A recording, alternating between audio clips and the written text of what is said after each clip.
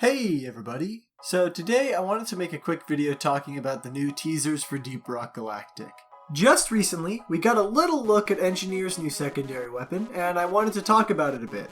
Now, some astute viewers might notice that a while ago they also showed off Driller's secondary weapon, and I didn't say anything about that.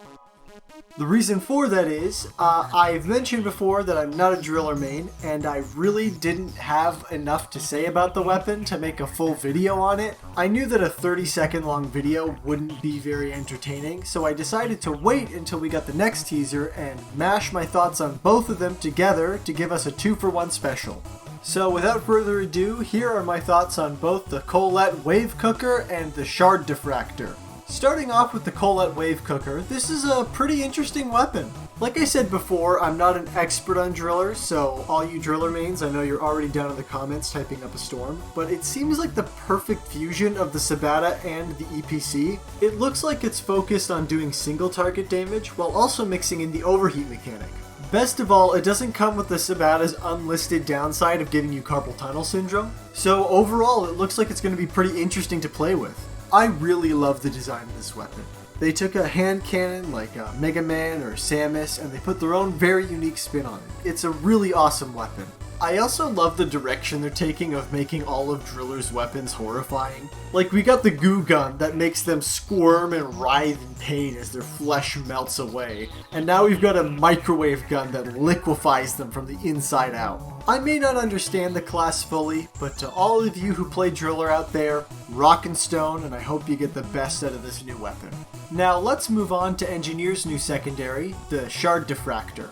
This weapon caught my eye immediately because it seems like the smart gun to be very different from the rest of Engineer's toolkit. Well, that and also the weapon looks really awesome. Both of Engineer's other secondaries are really great at AoE. They can be good at doing single target damage, but they're mostly used for dealing with large swarms. Now, while I certainly don't think this weapon is going to be bad at dealing with swarms, it certainly goes about it in a very different way. There's no explosions or big sweeping beams of plasma. It's a single beam that targets one enemy at a time.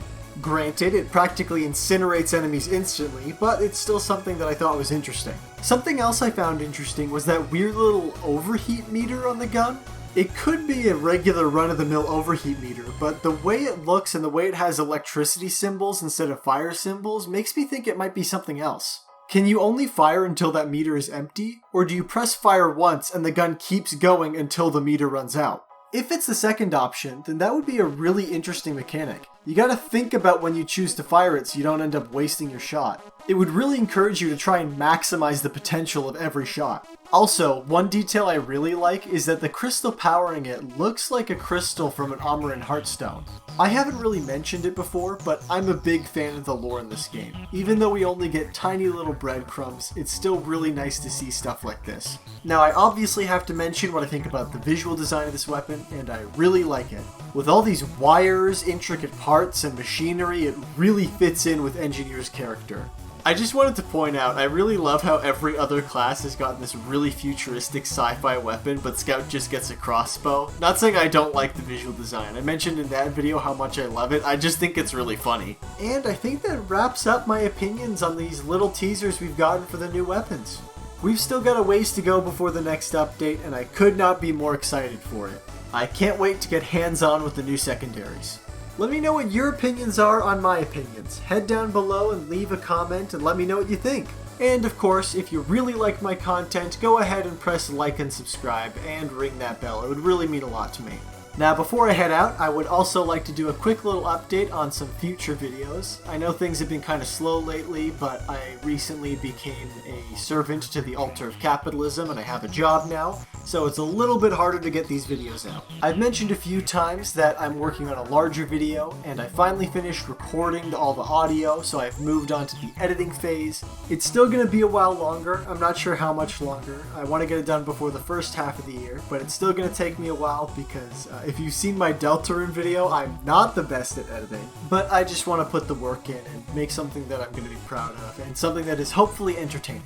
So to anybody waiting for that video, thank you very much for holding on. I don't want to make promises. I would like to get it done before the first half of this year. I'd like to get it done by this month, but I can't make any promises.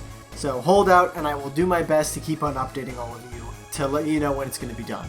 So thank you very much for watching, and I hope you have a great day.